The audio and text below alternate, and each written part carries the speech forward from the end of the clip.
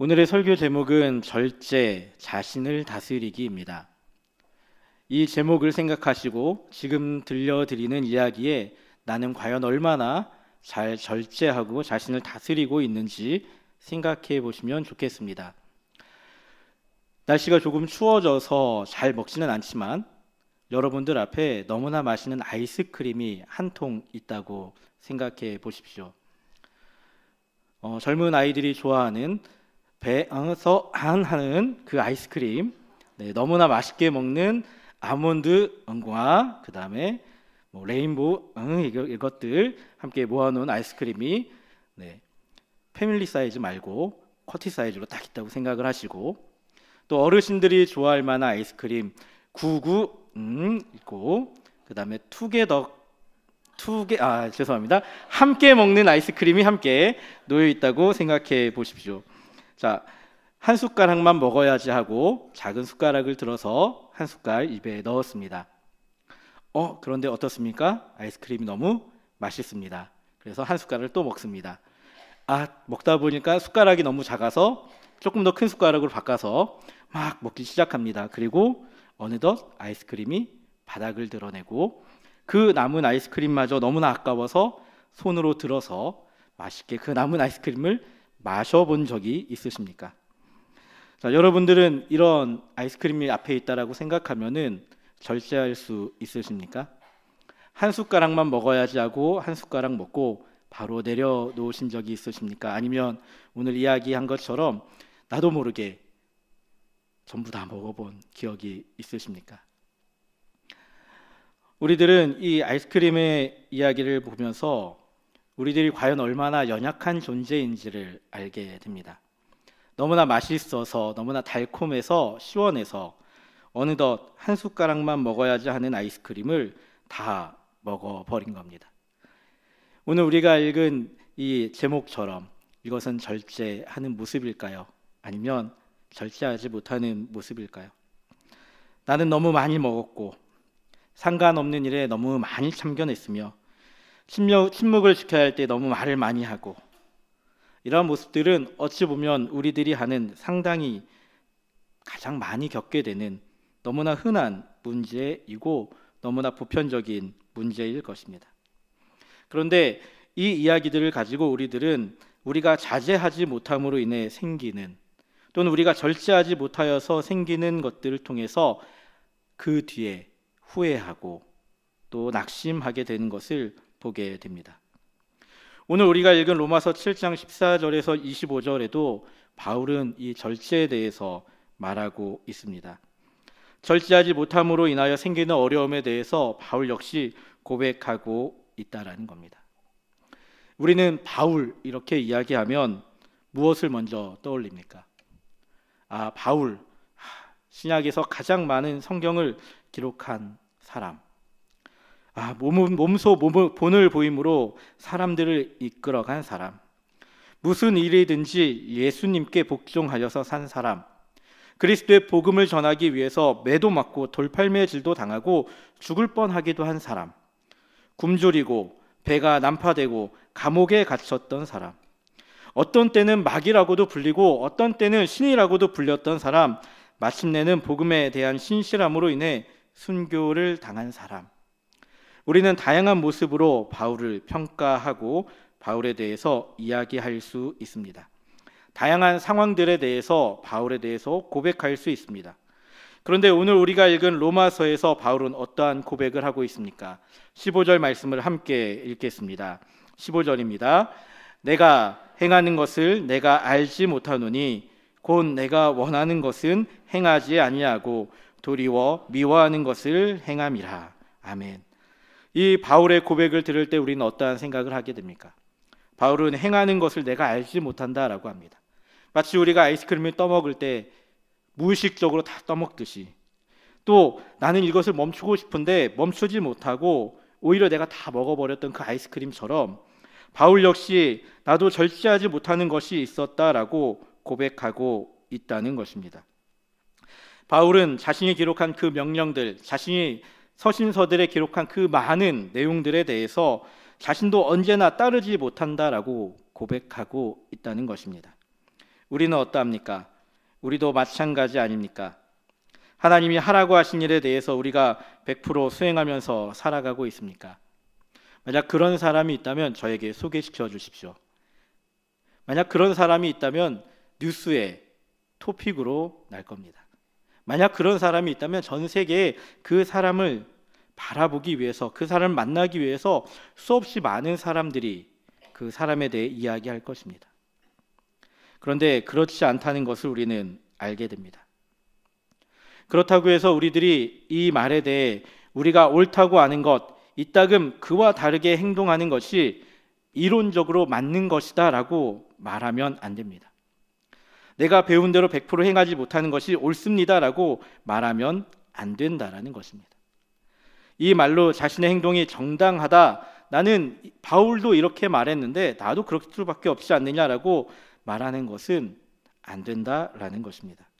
바울은 이것이 내가 사는 삶이다, 이것이 내가 경험하는 끝없는 인생의 투쟁이다, 이러한 나 자신에 대해 이해하지 못하겠다, 이렇게 결정했다가 그 다음에 다르게 행동하고 만다라고 고백할 뿐입니다. 바울이 이러한 고백 가운데 18절에 이렇게 또 고백하고 있습니다. 18절 함께 읽어보겠습니다. 내 속 곧 내 육신에 선한 것이 거하지 아니하는 줄을 아노니 원함은 내게 있으나 선을 행하는 것은 없노라. 아멘. 내 속에 선한 것이 거하지 아니한다. 분명 내가 선을 행하고자 하는데 선을 행하는 삶을 살아가지 못하고 있다라고 바울은 고백하고 있습니다. 이 고백은 우리 모두에게 해당하는 고백입니다. 우리들은 얼마나 많이 나 자신에게 내가 왜 그렇게 어리석은 일을 했는가에 대해서 수없이 물어보곤 합니다. 그 일을 행하고 나서 후회하고, 그렇게 하지 말 걸 이러면서 후회하고, 그러한 삶의 모습이 우리의 삶의 모습은 아닙니까? 이러한 모습에 대해서 우리들은 이렇게 정의할 수 있습니다. 우리는 끊임없는 전쟁 중에 있습니다. 프리츠 리데나워가 종교에 매이지 않는 그리스도인이라는 책에서 우리를 걸어 다니는 내전에 이야기하고 있습니다. 우리를 걸어 다니는 내전이라고 부르고 있다는 것입니다. 우리 안에 끊임없이 전쟁이 계속되고 있고, 과연 누가 싸우고 있다라는 것입니까? 이 내전을 끝내는 방법은 있습니까? 내 안에서 많은 것들이 싸우고 있는데 그 안에서 가장 크게 싸우고 있는 것이 무엇입니까? 우리 안에 누가 싸우고 있느냐라는 이 질문에 우리는 먼저 우리 자신을 돌아보아야 합니다. 과연 우리 안에서 내가 무엇과 싸우고 있는지 명확하게 알아야 합니다. 그래야지 우리는 그것에서 이길 수 있는 방법을 찾을 수 있습니다. 손자가 그의 병법서인 손자병법에서 지피지기면 100점 불태라고 말합니다. 마찬가지로 우리들도 우리 안에 싸우고 있는 나의 원수에 대해서, 내가 싸우고 있는 대상에 대해서 명확하게 안다면 그것을 이길 수 있다라는 것입니다. 그 대상은 무엇입니까? 그것은 바로 육신, 즉 육체입니다. 바울은 14절에서 우리가 육신에 속하여서 죄 아래 팔렸다고 고백하고 있습니다. 그리고 24절에서 이 육신에 대해서 사망의 몸이라고 말합니다. 그리고 육신으로 죄의 법을 섬기고 있음을 고백하고 있습니다. 그런데 우리는 이 육신과 육체에 대해 오해하고 있는 것이 있음을 기억해야 합니다. 그것은 우리가 생각할 때 육체는 선천적으로 악하다라고 생각하는 겁니다. 과연 그러할까요? 육신의 것은 모두 다 원래부터 악하다라고 생각하는 것이 옳은 말일까요? 우리는 창세기에 하나님이 우리를 창조하셨을 때의 모습을 돌아보아야 합니다. 어떻게 하나님께서 말씀하십니까? 하나님은 사람을 창조하시고 무엇이라고 말씀하십니까? 보기에 좋았더라. 하나님의 마음에 흡족하였다라는 것입니다. 하나님이 보시기에 좋았다라고 말씀하십니다. 하나님이 창조하시면서 우리들에게 좋았다라고 말씀하셨는데 언제부터 변하게 됩니까? 아담과 하와가 하나님의 말씀에 순종하는 대신에 악을 행하였을 때부터입니다. 아담과 하와가 하나님이 명하신 선악과를 따먹기 시작했을 때부터, 선악과를 따먹었을 때부터 우리의 육체와 영혼과 물리적인 것과 비물리적인 것 모두가 완전히 타락하였음을 기억해야 합니다. 하나님이 처음 창조하신 모습은 어떠한 모습입니까? 보기 좋았던 선한 모습입니다. 하지만 죄로 인해 타락한 모습은 우리들에게 안 좋고 아프고 슬픈 모습으로 되어 버렸다라는 것입니다. 그렇게 바울은 육체라는 말을 사용할 때 한 인간 전체가 예수님이 오시기 전에 가지고 있던 성향, 아담과 하와가 죄에 빠진 후에 그랬던 것처럼 그들이 타락한 세상에 충실하게 살도록 만드는 조건을 뜻하고 있습니다. 즉 바울이 육신이다라고 이야기하는 것은, 육체다라고 이야기하는 것은 죄로 인해 타락한 우리들의 마음, 우리들의 육체적 본능이라고 이야기합니다. 또한 우리들이 그리스도를 믿을 때 우리의 내적 자아는 재창조되었음을 기억해야 합니다. 그래서 옛 습관들이 한 번에 사라진다? 물론 아닙니다. 도리어 여간에서는 쉽게 사라지는 것이 아니라 끊임없이 우리를 괴롭히고 있다는 것입니다. 우리는 자전거 타는 법을 배우신 적이 있을 겁니다. 자전거 타는 법은 한 번 배우면 잊어버리지 않는다고 합니다. 운전도 마찬가지입니다. 아무리 장롱면허라 해도 한 번 운전하신 분들은 그 운전하는 게 어느 순간 하게 되어 있다는 것입니다. 마찬가지로 육체가 죄에 대해서 배웠는데 그 죄에 대해 배운 것 때문에 이를 자연스럽게 알고 있기 때문에 절대로 잊어버리지 않는다는 겁니다. 죄를 잊어버리고 죄를 다스리고 이렇게 죄 안 지어야지 하고 이야기하지만 내 몸은 자연스럽게, 내 육신은 자연스럽게 죄의 모습을 따라가고 죄의 그 행실을 따라가고 있다는 겁니다. 육체는 무엇입니까? 그리스도인들이 바울이 육체라고 부르는 것은 옛 본성, 곧 습관적으로 죄된 사고방식을 지니고 있음을 기억해야 합니다.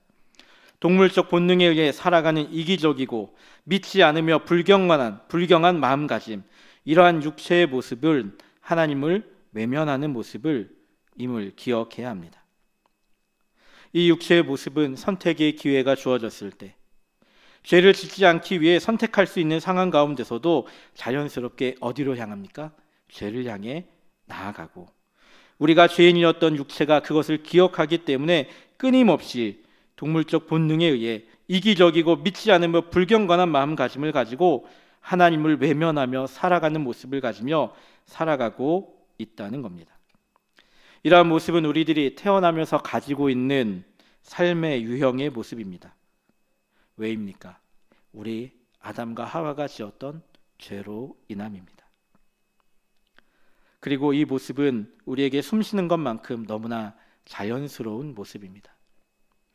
죄를 향해 나아가는 것, 죄를 향해 돌아가는 것, 그것은 우리들에게 있어서 너무나 자연스럽기 때문에 이 자연스러운 것을 끊임없이 죄로 가지 못하게 하기 위해서 일종의 안전장치와 브레이크를 밟는 것이 있어야 합니다. 우리들을 육체가 끊임없이 죄로 가지 못하게 하는 분이 바로 성령님임을 우리는 기억해야 합니다. 육체는 악이 저질러지는 영역 안에서 가장 편안하게 있습니다. 잘 아시지 않습니까? 우리가 가장 편하게 있는 그 모습은 우리 몸에 가장 안 좋은 모습입니다. 우리가 앉았을 때 가장 편하게 앉아있는 그 모습은 우리에게 가장 안 좋은 모습이라고 우리들은 알고 있습니다. 그런데 우리들이 살아가는 세상을 보면 진리와 왜곡된 윤리로 가득 찬 세상 속에서 악이 너무나 자연스럽다고, 죄가 너무나 자연스럽게 만연한 세상에 살아가고 있습니다. 하지만 예수님을 믿는 우리들은, 하나님의 영이 우리 안에 계시다면 우리들은 육체에 대해서 노예처럼 순종하는 것이 아니라 성령님의 말씀대로 순종하는 모습을 가지고 살아야 합니다. 갈라디아서 5장 16절에는 이렇게 고백하고 있습니다. 갈라디아서 5장 16절을 함께 읽어보겠습니다. 육체의 소욕은 성령을 거스르고 성령은 육체를 거스르나니 이 둘이 서로 대적함으로 너희가 원하는 것을 하지 못하게 하려 함이니라. 아멘. 우리 안에서 싸우고 있는 것이 무엇입니까? 하나는 죄로 인하여 타락해 한 우리의 육신이고, 또 하나는 성령이 싸우고 있다라는 것입니다. 육체의 소욕은 성령을 거스르고 성령은 육체를 거스른다라고 말합니다. 끊임없이 육체와 성령이 싸우고 있다는 것입니다. 성령이 역사하사 우리 안에 재창조를 이루실 때 우리는 성령님의 뜻대로, 하나님의 뜻대로 살아갈 수 있고, 그때 바울은 비로소 우리에게 성령을 따라 행하는 모습을 가지고 살아가야 한다고 고백하고 있습니다. 우리들에게 바울은 끊임없이 여러분은 육신을 따라가는 것이 아니라 성령을 따라가십시오라고 고백하고 있습니다. 이 얼마나 어려운 고백이고 대단한 고백입니까? 이 고백이 우리들이 행해야 하는 그리스도의 삶의 토대인데 그러한 삶을 살아갈 수 있습니까? 성령과 우리의 육체는 전혀 반대되는데 성령 안에서 행하는 동안 우리는 도저히 육신의 소욕을 따를 수 없고, 또 육신의 소욕대로 살아가는 동안은 성령 안에서 행하는 것이 너무나 어려운데 우리는 어떻게 살아가야 합니까? 우리는 육신의 소욕이 어떠한 모습을 가지고 있는지 돌아볼 필요가 있습니다. 우리가 읽은 갈라디아서 5장 16절 그 다음에 19절부터 21절까지는 육신의 소욕에 대해서 이렇게 고백하고 있습니다. 함께 읽어보겠습니다. 갈라디아서 5장 19절부터 21절 19절 말씀입니다. 육체의 일은 분명하니 곧 음행과 더러운 것과 호색과 우상 숭배와 주술과 원수 맺는 것과 분쟁과 시기와 분냄과 당 짚는 것과 분열함과 이단과 투기와 술 취함과 방탕함과 또 그와 같은 것들이라. 전에 너희에게 경계한 것 같이 경계하노니 이런 일을 하는 자들은 하나님의 나라를 유업으로 받지 못할 것이요. 아멘. 육체의 소욕대로 행하는 사람들, 육체의 소욕대로 행하는 일들은 바로 이러한 것입니다. 육신이 바라는 일은 분명합니다. 그리고 이것이 육체가 우리 안에 내전에서, 우리 안에 전투에서 이겼을 때 일어나는 모습입니다. 이러한 모습을 바라보며 우리는 이렇게 이야기할 수 있습니다. 육체에 끌려다니는 사람들, 또는 다른 말로는 종교인보다 못한 사람들이라고 말할 수도 있습니다. 그들이 행하는 것은 음행과 더러운 것과 호색, 우상 숭배와 차마 입으로 담을 수도 없는 수없이 많은 죄악들이 있고, 결국은 그것들을 행하는 것은 어떻게 됩니까? 하나님의 나라를 유업으로 받지 못한다라고 말합니다. 우리는 분명하게 기억해야 합니다. 그러한 삶을 살아가는 것이 아니라 온전히 하나님이 주신 귀한 선물인 우리의 육신에 대해서 우리는 성령의 열매를 맺을 수 있도록 살아가야 함을 기억해야 합니다. 우리가 읽은 그 말씀 뒤에 성령의 열매에서 이렇게 고백합니다. 갈라디아서 5장 22절 23절까지 말씀입니다. 오직 성령의 열매는 사랑과 희락과 화평과 오래 참음과 자비와 양선과 충성과 온유와 절제니 이 같은 것을 금지할 법이 없느니라. 아멘. 성령이 우리 안에서, 그리스도인들 안에 있을 때에 그분이 분명히 우리를 통해서 맺기 시작하는 것이 9가지 성령의 열매인데, 그 9가지 목록의 마지막에 등장하는 것이 바로 절제입니다. 생각해 보십시오. 가장 마지막에 등장한다는 건 어떠한 것을 의미하겠습니까? 가장 어려운 것이라는 겁니다. 가장 힘든 것 가운데 하나가 절제라는 것입니다. 절제는 그 어원을 따지고 해석해서 들어가면은 이러한 의미를 가지고 있다고 합니다. 어떤 사람의 충동 혹은 요구를 지배하는 능력, 즉 충동에 대해서 지배하는 것, 충동을 억제하고 그 충동에 대해서 자제력을 가지는 것이 바로 절제라는 것입니다. 이것은 육신을 억제하고 육체의 충동을 지배하는 것입니다. 생각해 보십시오. 그리스도 밖에 있는 사람들은 끊임없이 사람들에게 육체의 욕구가 명령을 내리고 그대로 순종합니다. 그래서 이 세상에 수없이 많은 사람들 가운데는 억제되지 않은 충동을 가지고 육신이 하고 싶은 대로 하는 일들을 하는 사람들이 있음을 보게 됩니다. 그로 인해서 이 세상에는 정말 내 마음에 안 든다고 살인을 저지르는 사람도 있고, 내 마음에 안 든다고 칼부림을 하는 사람도 있고, 내 마음에 안 든다고 불을 지르는 사람도 있습니다. 그 모습을 보면 육체의 충동이 나를 지배하고 있다는 것입니다. 하지만 그리스도 안에 있는 사람들은 달라야 합니다. 하나님의 권위 아래 살면서 하나님의 지배를 받아야 합니다. 그리고 다른 사람들이 알 수 있을 정도로 놀라운 변혁을 경험해야 합니다. 그 경험이 바로 절제라는 것입니다. 말에 대해서 절제하고 분노를 다스리는 정서적인 절제를 발휘하고 그 안에서 또 정신적인 절제를 발휘하고 성욕에 대해서도 도덕적인 절제를 발휘하고 유혹을 당할 때 성령님이 개입하셔서 우리에게 능력을 주시고 우리를 절제하게 하는 것이 필요하다는 것입니다. 예전에 사람들은 참을인이 3번이면 살인을 면한다라고 말하곤 했습니다. 그런데 생각해 보십시오. 그것이 얼마나 힘든 일이었습니까? 절제하는 것처럼 어려운 것은 없을 것입니다. 하지만 우리는 절제를 통해서 놀라운 기쁨을 누릴 수 있습니다. 절제는 우리를 자유하게 하고 육체의 일에서 기쁨을 누릴 수 있도록 우리를 이끌어 갑니다. 맥시 더넴은 절제의 목적에 대해서 이렇게 설명하고 있습니다. 절제의 목적은 우리가 하나님께 알맞게, 우리 자신에게 알맞게 다른 사람들의 종이 되는 것에 알맞게 되는 것이다. 그것은 엄격한 종교적 관행이 아니다. 훈련을 위한 훈련인 것이다.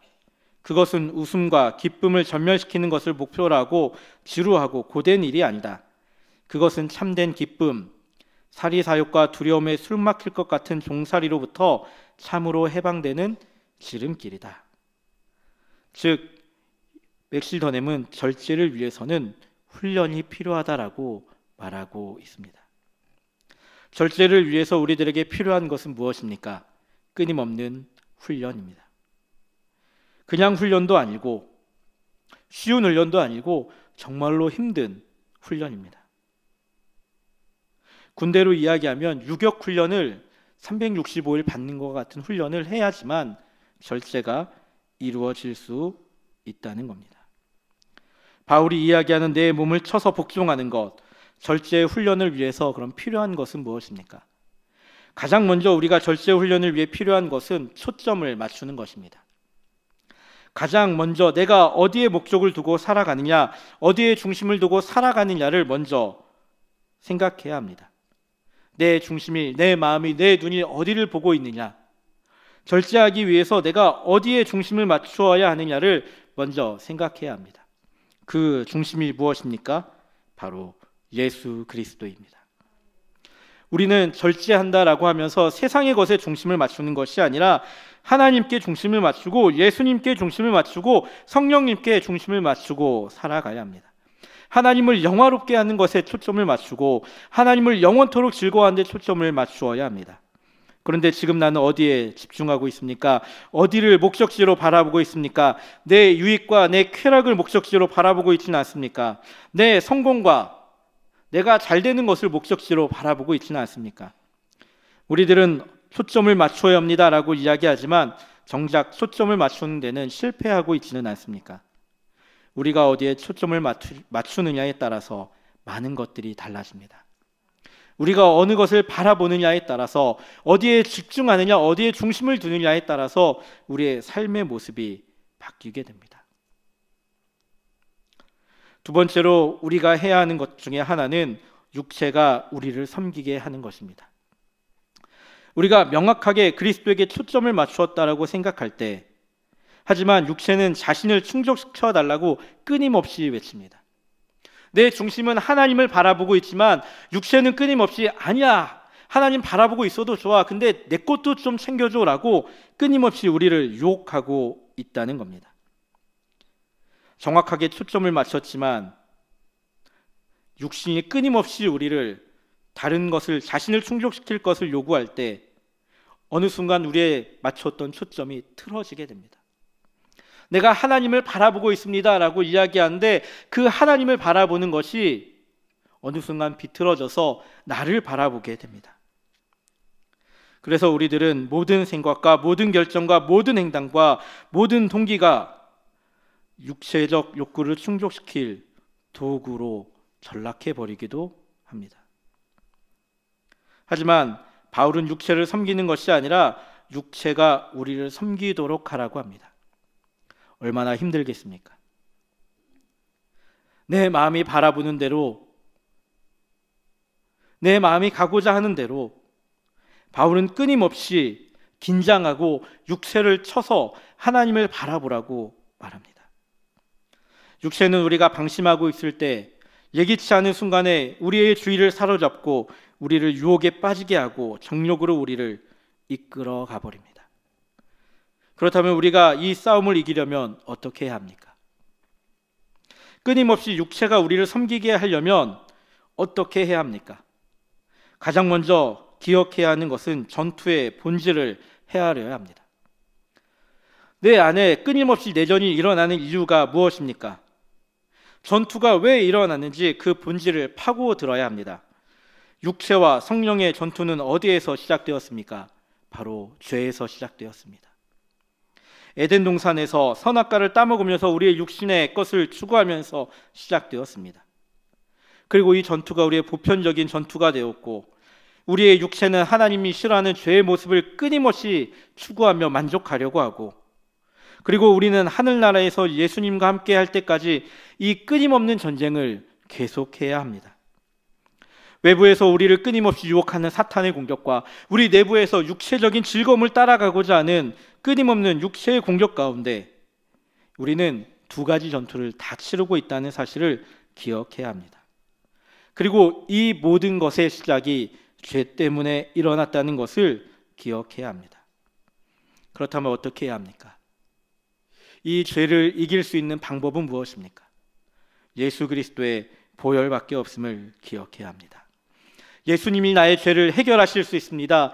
예수님만이 나의 죄의 문제를 이길 수 있습니다. 해결할 수 있고 깨끗하게 할 수 있습니다. 라고 고백하는 것이 우리들에게 필요합니다. 두 번째로, 이 끊임없는 전투 가운데 우리는 성령 없이는 이 육체와의 싸움에서 이길 수 없음을 기억해야 합니다.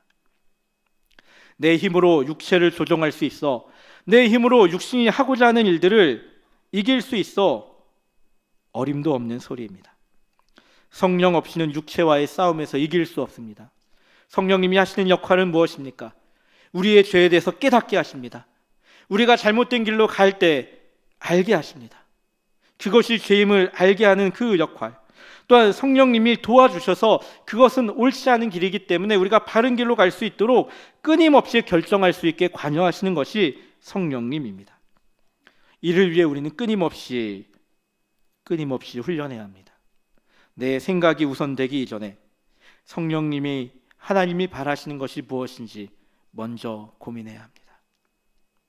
말을 한마디 내뱉기 전에 3초 이상 생각하라는 것처럼, 또 정말로 화가 났을 때 참을 인자를 3번 새기라는 말처럼, 우리 마음 가운데 일이 있을 때마다 성령님 도와주십시오라고 고백할 수 있는, 성령님 무엇이 정말로 하나님이 기뻐하시는 일입니까? 라고 물을 수 있는 것이 우리들의 모습이 되어야 합니다. 세 번째로, 이 전투는 지극히 개인적인 것이라는 것을 기억해야 합니다. 우리는 이 싸움이 남들이 도와줄 수 있는 싸움이라고 생각하곤 합니다. 내 내면에 있는 문제를 남이 도와줄 수 있겠습니까? 내 안에서 성령님과 육체가 끊임없이 싸우는 상태에서 누구를 의지할 수 있겠습니까? 내가 전투하는 것이고, 내가 달리는 것이고, 내가 내 육체를 훈련시키는 것입니다. 그런데 누구의 힘으로 할 수 있습니까? 하나님의 힘으로 할 수 있는 것입니다. 끊임없이 내 육체를, 끊임없이 내 자신이 단련하면서 그 누가 억제하려고 하는 것이 아니라 하나님의 힘으로 억제하는 것, 그것이 바로 절제임을 기억하고, 누가 옆에 있는 내 친구가, 내 어머니가 도와줄 것이다 라고 생각하는 것이 아니라 나 자신이 스스로 먼저 그 일을 하는 것이 바로 절제임을 기억해야 합니다. 그리고 마지막으로 우리는 이 싸움의 마지막 결과를 끊임없이 기억해야 합니다.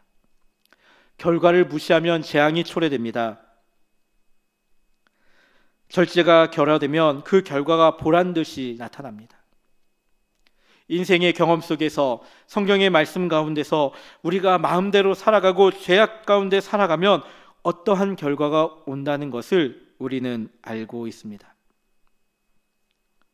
죄의 결과는 어떠한 것입니까? 사망이고 영원한 죽음입니다. 절제의 문제는 그 결과가 결국은 죽음이고 사망임을 기억하며 우리는 그 절제에 대해서 끊임없이 기억하고 나아가야 합니다. 그래서 바울은 24절에 이렇게 고백합니다. 함께 읽겠습니다. 오호라, 나는 공고한 사람이로다. 이 사망의 몸에서 누가 나를 건져내랴. 아멘. 우리들은 육신과 성령의 내존 속에서 끊임없이 힘들어합니다. 이 상황 가운데서 이를 이겨낼 힘은 무엇입니까?